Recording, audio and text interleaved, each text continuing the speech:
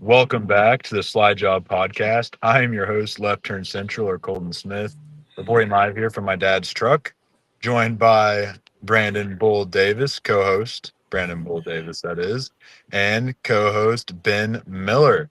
Fellas, we sit here just after the Truck Series Championship wrapped up.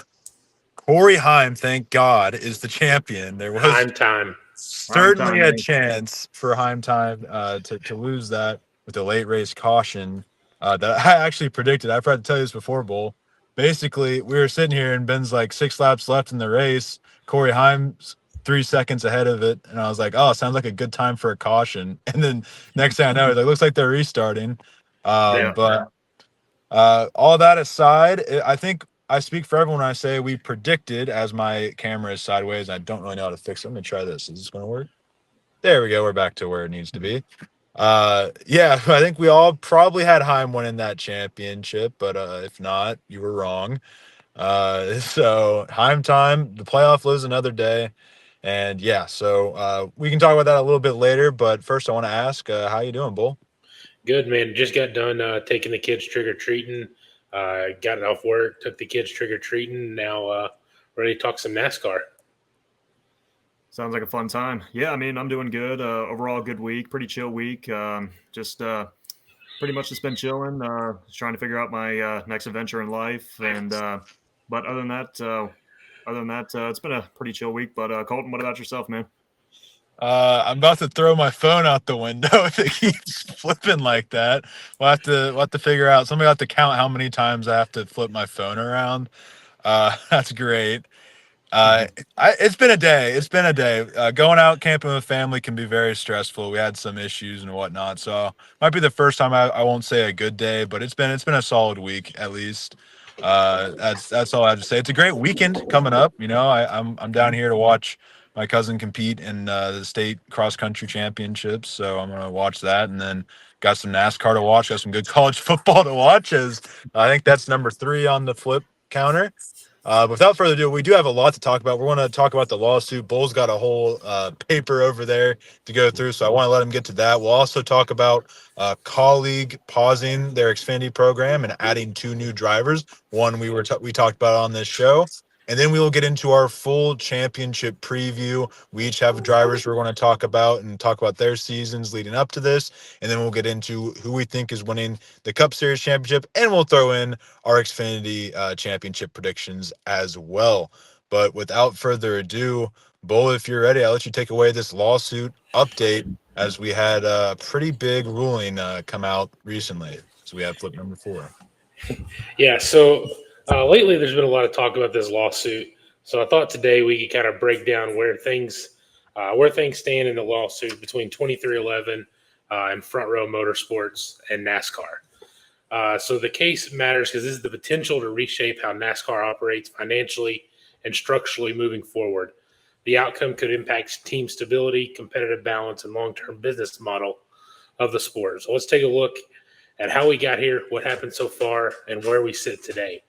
So this dispute goes back to late 2024 when 2311 and Front Row filed an antitrust lawsuit against NASCAR.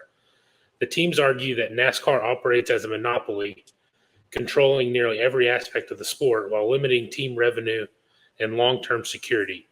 The tipping point came when the teams were asked to sign the 2025 through 2031 charter agreement, which included a clause preventing them from ever suing NASCAR again. Instead of accepting these terms, 2311 and Front Row chose to challenge the system in court. NASCAR's position is that the charter offer was the most favorable in history. Most teams agreed to it, and this is a contract dispute rather than a monopoly issue. So the legal path since then has been very active. Early in 2025, a temporary ruling allowed both teams to continue operating as full-time charters. That changed in June when an appeals court reversed the decision, forcing them to operate as open teams at times with reduced financial security with no locked-in race entry. NASCAR also filed a counterclaim accusing the teams of collusion, but on October 28th, the judge dismissed the countersuit. With that, the case is now focused solely on whether NASCAR is unlawfully exercising a monopoly power in stock car racing market. So this past week, both teams participated in court-ordered mediation on October 28th and 29th. The judge noted that both parties made a good faith effort, but no settlement was reached. Denny Hamlin confirmed discussions are ongoing, but described the situation as nowhere near resolution. There are also pending summary judgment motions from both sides. One from the teams asking that the court to formally declare NASCAR a monopoly, and one from NASCAR seeking to have the case dismissed entirely. Those rulings could come at any time. So recent financial disclosures tied to the case have helped illustrate the business challenge from the team perspective. Charter payouts currently sit at $141,000 per race, or roughly $5.1 million per car annually. It is important to clarify that this figure represents only the charter distribution. It does not include purse race money or sponsorship revenue. For example, the Daytona 500 purse is roughly $30 million, with the winner receiving $2.8 million. The teams also secure sponsorship dollars independently, and those partnerships make up a major portion of their operating budgets. So even with purse money and sponsors factored in, competitive operating costs are estimated at over $20 million per car per season. And most organizations still report annual losses in the range of $1 to $5 million per car. Front Row Motorsports, for example, reports approximately $60 million in losses since 2016. Meanwhile, NASCAR reported approximately $100 million in profit last year alone.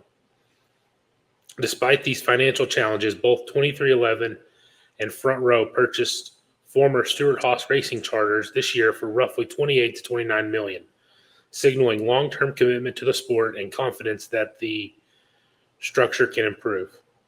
Hamlin has acknowledged that receiving legal updates while competing for a championship has created an unusual and awkward dynamic, but both teams in NASCAR continue operating as normal while the legal process pays out.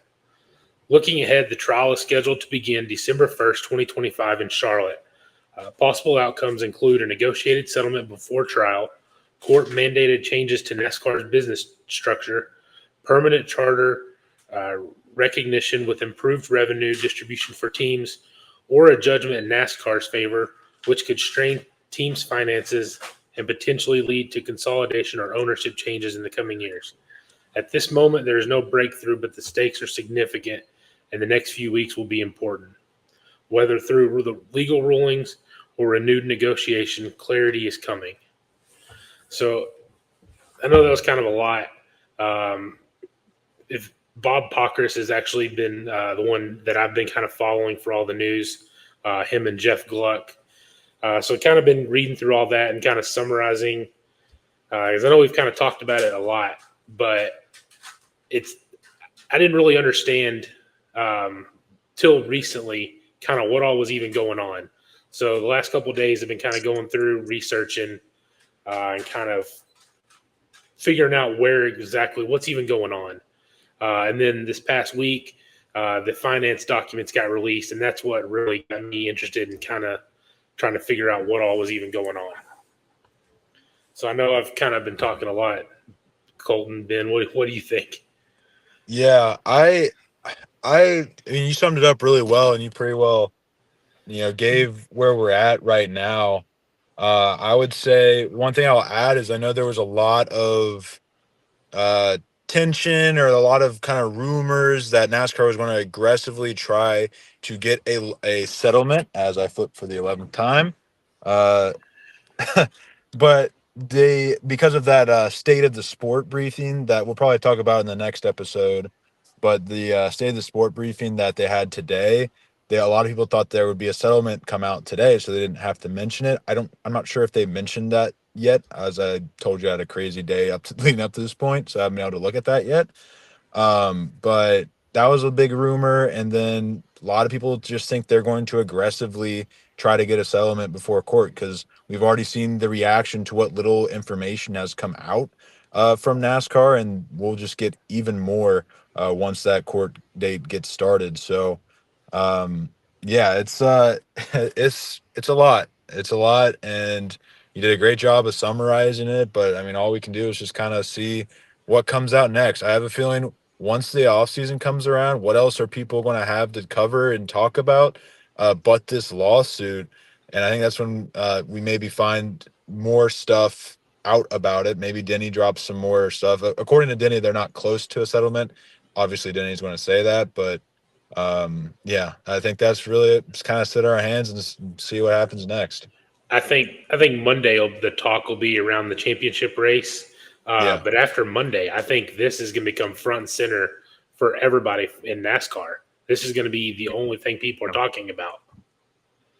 Yeah. Ben? Yeah, I definitely agree. Yeah, I definitely agree for sure. I mean, after when the championship race concludes, guarantee that Monday is that's going to be the day where they're going to talk about it. And I mean, as a fan, I just wish this thing would end. I mean, this has gone on for far too long, and I mean, hopefully they just figure out the settlement. But yeah, I mean, it's just still crazy. I see your point, Ben, there, but at the end of the day, I think it can also bring good change to the sport. I'm not sure exactly what all it details. It could be a thing like NIL, where like on the surface, NIL is really a good thing for college sports. I always thought the idea of the players making money off of their names, image, and likeness is a good idea, but just making money off of their pure existence in the sports world is a completely different Pandora's box that opens. So I see your point, Ben, that you just want this to be over. I could see it ending up being a very transformative and good change, but it also could be Pandora's box like NIL. So I sit on both sides of the fence here, but I do think the judge dismissing the counterclaim from NASCAR was huge for the teams yep. this week. I think that sets up well for the teams, and I do think that will push NASCAR to try to reach a settlement before trial. Mm-hmm. Yeah, absolutely. Absolutely. Yeah, definitely. Is there anything else that we want to talk about this lawsuit before we move on to some other stuff? I think I'm good. I think I'm good. All right. Well, let's go ahead and move along to the colleague racing announcements. Excuse me, from this week. They announced that they will be pausing their Xfinity program for the 2026 season. That's Daniel Dye and Christian I'm not sure Eckes. who else they got there. Who'd you say? Christian Eckes. Oh yeah, Christian Eckes. So no word on Christian Eckes, but Daniel Dye will be going back down with them in the truck series, but he will also be joined by, as you come around the bend with me, he'll be joined by Justin Haley, somebody who apparently was not going to ride with colleague. But they did say all their trucks are set. I think Bull was the one that made that point. They said all their trucks are set. Justin Haley's probably in one of them. So Daniel Dye will return to the truck series after an ugly rookie season in the Xfinity series.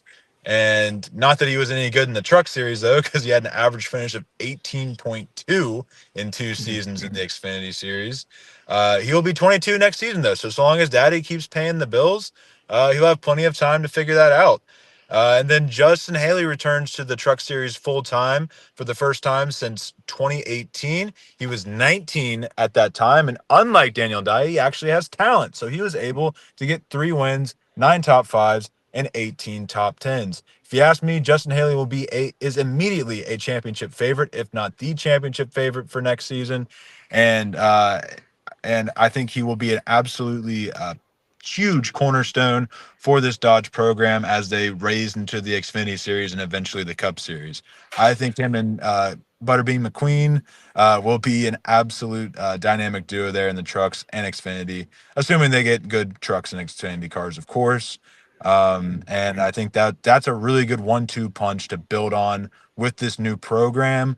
But I'm curious if they go that route with the talent or if they have to bring Daniel Dye everywhere they go because he has funding. So there's my spiel about colleague. But Ben, what do you think? Yeah, I mean, definitely looking forward to see what Justin Haley can do in the Truck Series next year for colleague racing and Ram. I mean, yeah, this is obviously no surprise here. I mean, as a fan, I knew that he was eventually going to take one of those seats in the trucks for colleague. I mean, after a rough Cup season this year for Spire Motorsports, he definitely deserves to get some good equipment and go out there and try to compete for a championship. I mean, he's got the talent, absolutely. But yeah, I mean, overall, he has a great history with colleague racing, and Chris Rice was with colleague for 5 seasons. I mean, he got 4 career wins in Xfinity. Just talking about his background in colleague, but yeah, I mean, overall, when you look at his truck background, I mean, he's had a lot of success there. I mean, he has the talent. He runs up front. He competes for wins, and yeah, he definitely brings some experience to that team. And yeah, like you said, Colton, I definitely think that he's definitely going to be a championship contender next year. And I'm really excited to see what he and Butterbean Queen will do, because I definitely think that they can be a dynamic duo. They can go out on the track, they can compete for wins, they can compete for the championship. I mean, I can see them running consistently week in and week out. And yeah, I feel like they're going to be great teammates together, and they're definitely going to be fun to watch. But yeah, definitely looking forward to seeing what Justin Haley can do. And just talking about Daniel Dye. I mean, obviously, a rough year in Xfinity. I mean, only 8 top 10s this year, 6 DNFs, missed the playoffs, but it'll be interesting to see if he can try to redeem himself in the Truck Series, and see like what he can do for colleague. Like, I mean, this is going to be a competitive team next year, so maybe this is his Daniel Dye's biggest break, to try to get into a competitive truck and see if he can go out there and try to compete for wins week in and week out. And who knows, maybe for a championship, maybe just like his teammates Butterbean Queen and Justin Haley. So maybe that's a hot take, I'm not sure, but yeah, it'll be interesting it'll be interesting to see if Daniel Dye can try to flip that page a little bit, because he's definitely had some rough luck on his side. But it'll be interesting to see if he can try to flip that page and compete for some wins. So yeah, 2026, it's definitely going to be fun to watch in the Truck Series. Chalking up Daniel Dye's career to this point as bad luck is one way to put it. But Bull, what were you going to say? I think we all kind of expected the Daniel Dye announcement.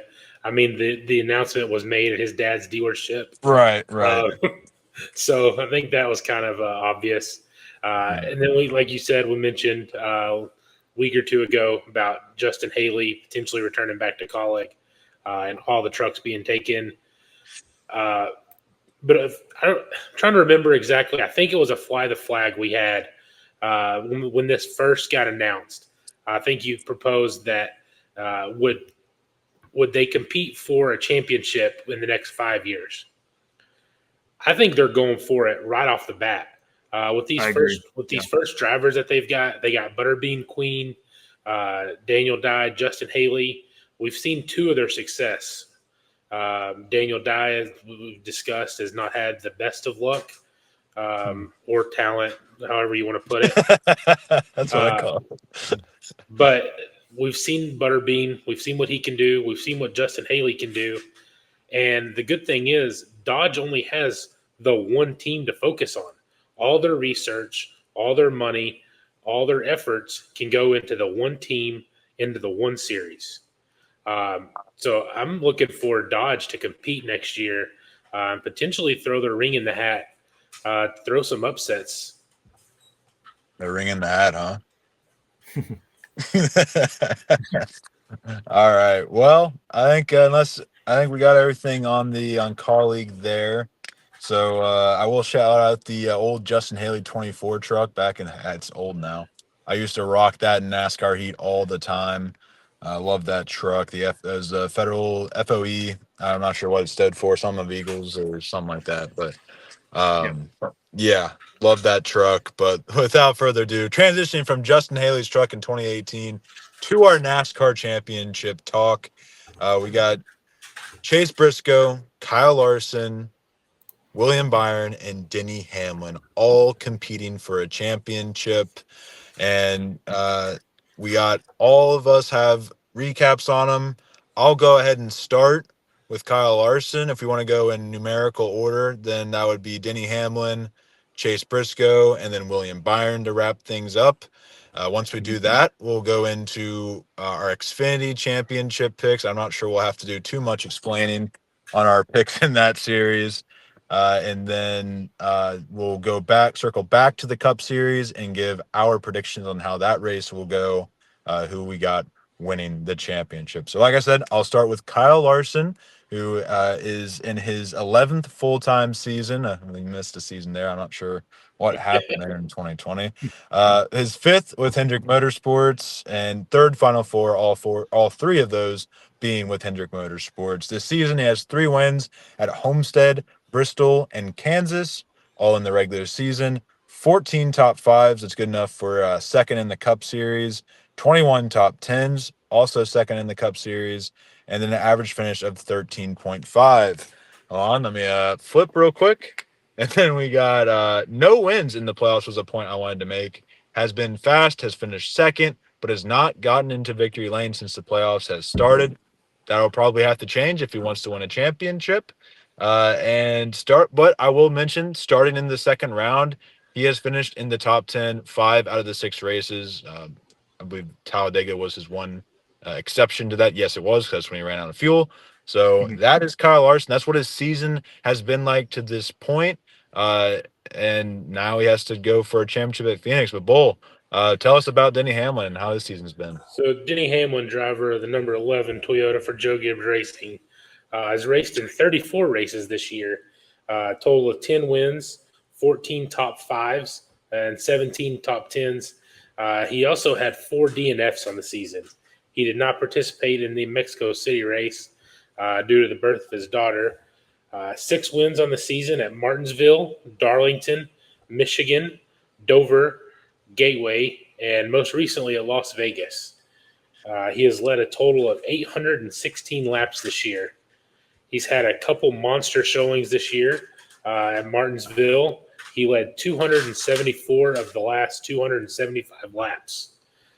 His win at Dover, he was able to hold off competitors coming with fresh tires. He had older tires, was able to hold them off on a overtime restart. He also let a big one slip away in the Coke 600 with a fueling mishap on pit road. He was battling Byron for the last 100 laps to potentially get the lead with that one. And then towards the end of the race in the final pit stop, they had a fueling mishap and didn't get the second can of fuel in. His most recent victory at Las Vegas, he earned his 60th career win, tying him with Kevin Harvick for 10th place all-time in wins. Colton, back to you. Yeah, Chase Briscoe. I made sure I got him. That's an Indiana boy, fellow Indiana guy right here. So gotta shout him out. Mitchell, Indiana, about 2.5 hours from Cincinnati. But his 5th season in the Cup Series. Boy, have those 5 years gone by so fast. But it's his first with Joe Gibbs Racing. This is also his first ever Final Four appearance. He has career highs across the board, as we expected with his arrival at JGR. 3 wins on the season, 1 at Pocono in the regular season, and then Darlington and Talladega in the postseason. 15 top fives, which is the most in the Cup Series. 19 top tens, which is, I tried to put a 3 there. That doesn't look like a 3. Third, I'd actually write out my notes because I got my phone this week. Third in the standings, 12th place average finish on the season, which is second in NASCAR. And then he just turns it on in the playoffs. If you take out that Martinsville race where he had a blown engine, he has a 6th place average finish in the playoffs going into this race. Also, it is worth mentioning, Phoenix is where he got his first win of his career, the 3rd race of the season back in his, I believe, sophomore season. And it's been Chase Briscoe has been one of those that he was solid in the regular season, still kind of getting used to his new team, feeling it out. Now we're in the playoffs. That team has flipped a switch, let me tell you. And I was one of James Small's biggest haters, so I felt like he kind of contributed to the fall off of Martin Truex Jr. He has silenced me this season with that of Chase Briscoe, and is competing for a championship. And really, if you look at the playoffs, he's the championship favorite alongside his teammate Denny Hamlin. They've been the 2 most dominant throughout the playoffs, and Hamlin's been the most dominant throughout the season. So it's going to be fun to watch. I'm excited, but we have one more driver to talk about, and Ben, I'll throw it to you. All right. So our 4th and final driver in this championship for gentlemen is William Byron. In this 2025 campaign, he has 3 wins this season, one of them being the Daytona 500, the second one in Iowa, and most recently at Martinsville. And just looking at his stats right here this season, he has 11 top fives, 16 top tens, 3 poles with an average finish of 14th. And he ended up being our regular season champion. He's led the most laps this season out of any other driver, which is 1,278. He ranked number 1 in restarts this season. This will be his third consecutive Championship 4 appearance, all being with Hendrick Motorsports. And just going back at the beginning of the year, like I mentioned, he started out the season hot, winning the Daytona 500.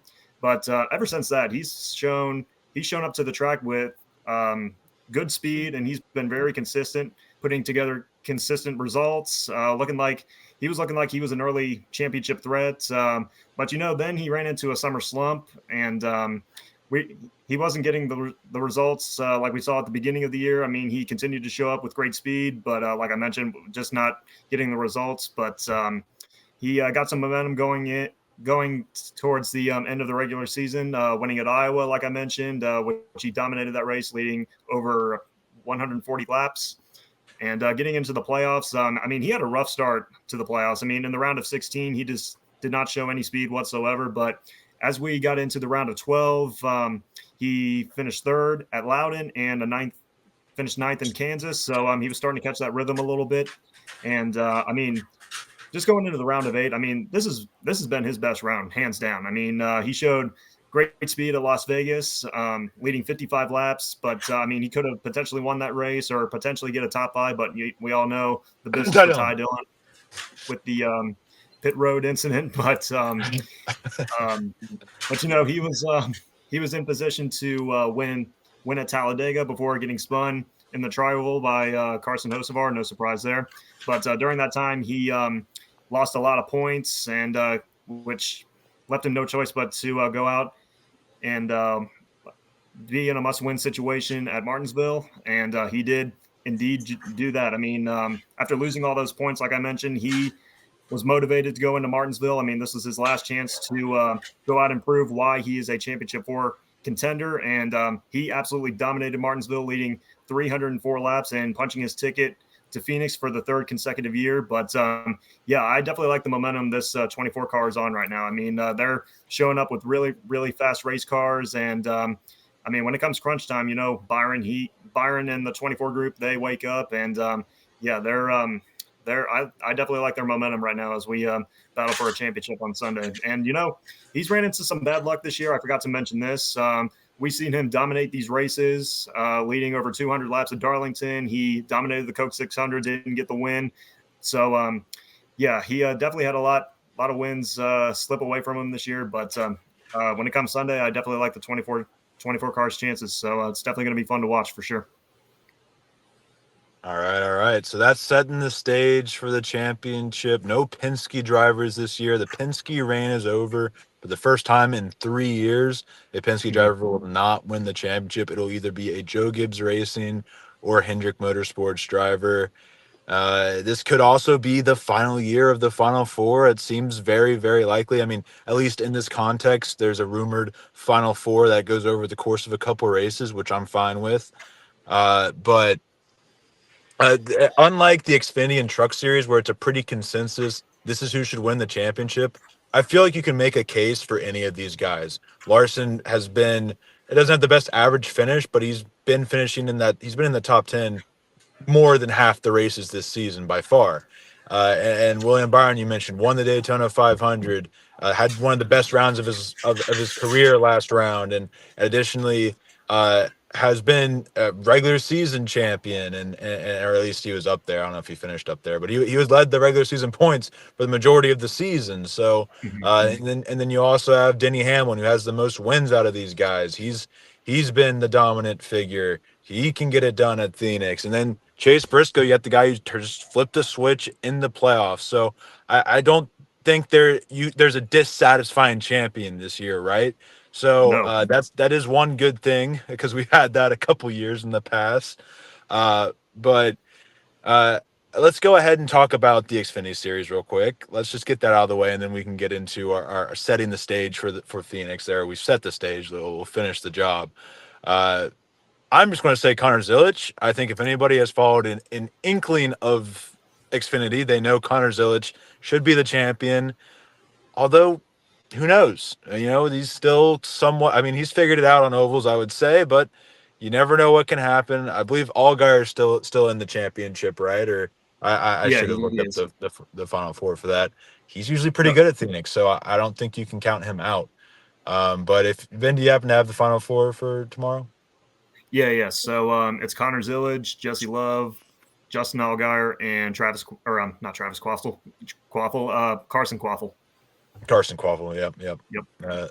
And I did get confirmation. I know we talked about it a couple times in the show. I believe Quaffle will be part-time in the one, but he will be full-time in Xfinity, just driving a different car. I don't think that had been confirmed, but that was a cool little nugget I think I saw somewhere this week. I think Dale mentioned it on a podcast or something. Yeah, I think I did see that. But yeah, so happy to see him because dude's competing for a championship, doesn't even have a full-time ride. Exactly. Yeah. Yet Daniel Dye can find one, or whoever else. But Bull, I'll throw it to you. You've been a little yeah, that's what makes the sport go around. I'll throw it to you. Who do you got winning the championship? I don't like I didn't like that. So I think we can all agree Connor Zilic deserves to win the championship. Yes. However, sure. Oh no, not the however. The 2025 Xfinity Series champion is going to be Justin Allgaier. Okay. Allgaier was in this same situation last year. He's felt the pressure racing for a championship. And I looked at some stats. So since November of 2029, Allgaier has raced 12 races at Phoenix. He did wreck in 2 of them. The 10 races that he has finished running, he has an average finish of 5.9 at Phoenix. Not bad. Not bad at all. Not bad at all. I think with his performance at Phoenix, it's one of his best tracks. With his performance at Phoenix, racing for the championship last year, having that pressure, getting that monkey off his back, I think Justin Allgaier goes back to back. Interesting. I see that. I can see it. I mean, yeah, I definitely see that too. I mean, but to be honest with you guys, going into this Xfinity Series battle, I mean, it was going to be – I view it as Connor Zilic versus Justin Allgaier. I mean, as we all know, like we discussed, Connor Zilic, he's definitely the most deserving champion this year in the NASCAR Xfinity Series. I mean, he's dominated, running consistently up front, winning all these races, 10 on the season, and getting all these top 5s consecutively. I mean, that's a remarkable stat right there. But I mean, you definitely can't count out Justin Allgaier too. I mean, like you mentioned, Bull, Phoenix has been a great track for him, and I mean, it goes both ways. And but I'm still going to stick with Connor Zilic. I just feel like after an amazing year, like I mentioned, I definitely think that he's going to come through and he's going to be the Xfinity Series champion. So I got Zilic. Yeah, Bull, you're probably right, honestly, because Ben mentioned most deserving is Connor Zilic, but what is this playoff system about? Not about deserving it. It's about doing whatever we're supposed to make us happy. But that's enough of that. Definitely, I think it is the Allgaier versus Zilic. So, I mean, Love's been decent and Quaffle's been decent, but they just haven't been on the level of that Zilic or Allgaier this season. So, I mean, Zilic has been in his own world, not to insinuate anything else, but yeah. But now let's circle back to the Cup Series, wrap this thing up about who we have winning it, and I will go ahead and start. And I am not one to typically write down my champions before a show or most of my predictions. I'll write down a couple names. Obviously, I have 4 names to choose from here. And I'll just kind of see how I feel, listen to what you guys have to say, and go off of that. And, I look around. I think my original thought was going with Byron. I like the momentum and I like the speed he showed at Martinsville. Martinsville's been a good indicator for who's going to be fast at Phoenix from time to time. Blaney being one of those. But I think Byron will absolutely compete. I think he's probably the second best chance here. I mean, not really. I mean, it can go either way. Chase Briscoe is kind of who my mind floated to. His first career Home win came bias. here. This will be his last chance for him to get a championship where he got his first win, right? I mean, and as far as we know, at least. So could he be the one? Nah, I'm gonna go with Denny Hamlin. I think he gets the job done finally this year. That man deserves a championship as much as it's a very much week to week basis how I feel about that guy. But I feel, and I ever since I watched that documentary, I think it was the Drive to Survive knockoff where like he talked about basically Michael Jordan gave his dad a cigar, and when Denny wins the championship, they'll smoke that cigar together. Please tell me there's a camera crew there when they smoke that cigar. That's all I had to say, because the Can you tears will be imagine? flowing. Can you imagine that party? Oh my gosh. Oh my. And just like not even to mention the whole storyline of, oh yeah, the guy that's suing NASCAR just won the championship. That will live on for years to come. But And Jim, I've babbled enough about my championship pick. I'm currently blind because I looked into the light. So I'll just throw it to Bull because he's the only one I can see right now. It's covering things. So for Cup Series, I think we talked about the Xfinity Series. It's basically two drivers.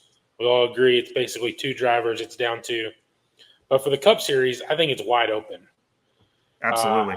I can honestly make a case for all four of these guys being deserving, and I think this is one of the years that we actually got four deserving drivers that's actually racing for it.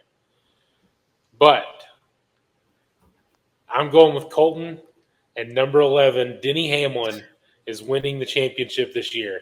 I think I will admit there is one driver in the field who has better stats at Phoenix than Denny Hamlin by the name of Kyle Larson.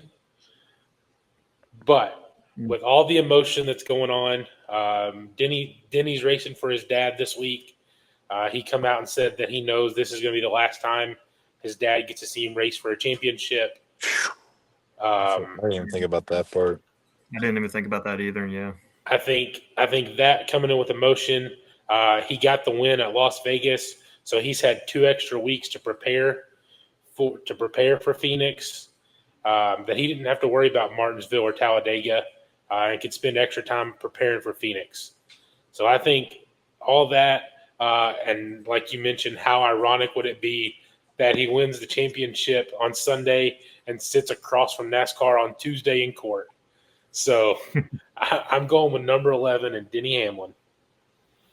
All right. I like it. So, I mean, yeah, like we talked about, this championship on Sunday, it's definitely going to be wide open. I mean, these 4 guys, they definitely deserve to be here to compete for a championship. And, I mean, to be honest with you, I honestly don't care who wins. I'm just looking forward to a really good show. But I'm actually going to go with the 24 car of William Byron. I mean, I just like the momentum that they've been on the last couple of weeks. I mean, we saw it at Vegas. We saw it at Talladega. I mean, we obviously saw it last week at Martinsville where he dominated, led over 300 laps. And, yeah, I definitely like what I'm seeing right now out of that 24 car. And, Phoenix has been a really good track for him. Just to go over some stats here real quick. He has like 3 top 5s in the last 5 races. And, yeah, he definitely knows how to get around Phoenix. And he even led 83 laps in the spring race. And this is a driver that's always up front consistently. I feel like he's a great qualifier at Phoenix, and he's definitely going to show up with speed on Sunday. So give me William Byron to clinch his first NASCAR Cup Series championship. Yeah. Bull, now that you mentioned what he said about his dad, never thought I'd say this in my life, but let's go Denny Hamlin, man. I'm rooting for that all the way. Go Denny, go 11. This is weird to say, but I'm saying it. Get the win, FedEx. Well, he's not FedEx anymore, but yeah, I'm rooting for him. But is there anything we want to wrap up before? Don't be surprised if, I don't know. I mean, obviously the 12 and 22 still prepared for Phoenix and speed, so don't be surprised if they have a little say in who ends up winning the race. Obviously, not who wins the championship, but I would definitely keep an eye out for them. Maybe their odds are a little lower, so maybe hit that. But other than that, I think we're good to go. At the end of the day, I think there's no way to really tell, right, how this race is going to go, because I think all four have had good moments at Phoenix. Obviously, Briscoe's won it. I know Byron's had speed there before. You mentioned Larson has the best average finish. Hamlin's got the second best average finish. You got a lot of emotion going on in that car. So, yeah, it's getting cold in this truck, though. So if you guys have anything else to say, go right ahead and say it. Let's wrap up the show. Yeah. One more thing. I will say the Cup Series had practice today. 2 JGR cars got flat tires. No. And Denny Hamlin's having clutch issues. Oh, Yeah, I come did see on. that, yeah. Not on the championship. Yeah.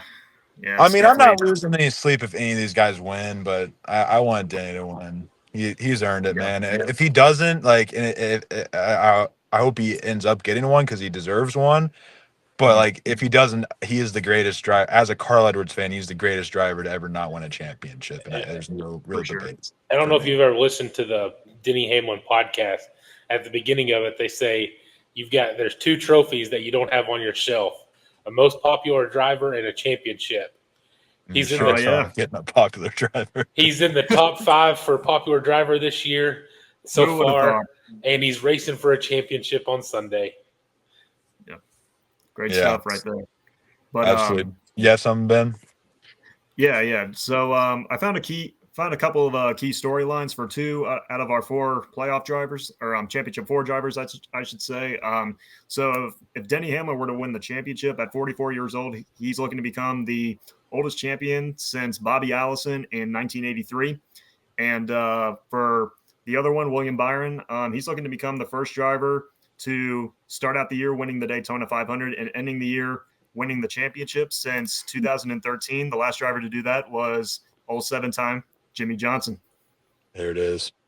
Yep. There it is. Of course, you knew that stat off the top of your head. You didn't find that one.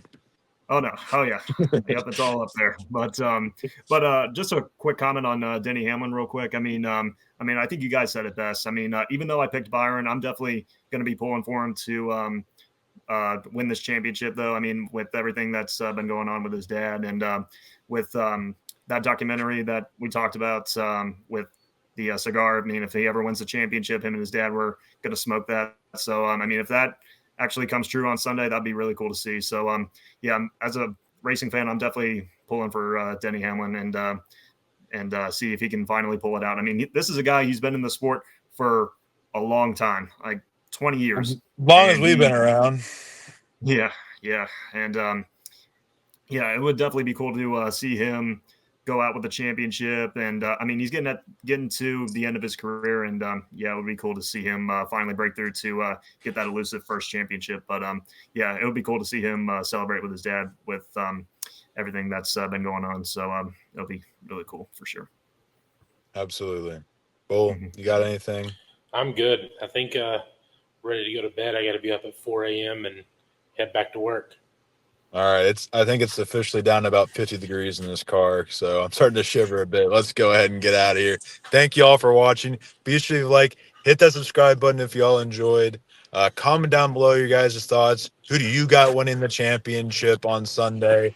And what did you think about our picks? Are we completely out of base as we do hopefully one last flip? Be sure to follow me on Twitter at LFC__99. Follow Bull at Bull_81818. Ben at Ben Miller PXP, and the CX Podcast Network at CX Pod Network or CX Pod Net. Dang it, I don't have my thing pulled up, but that's all we got. We'll see you guys in the next one. Peace.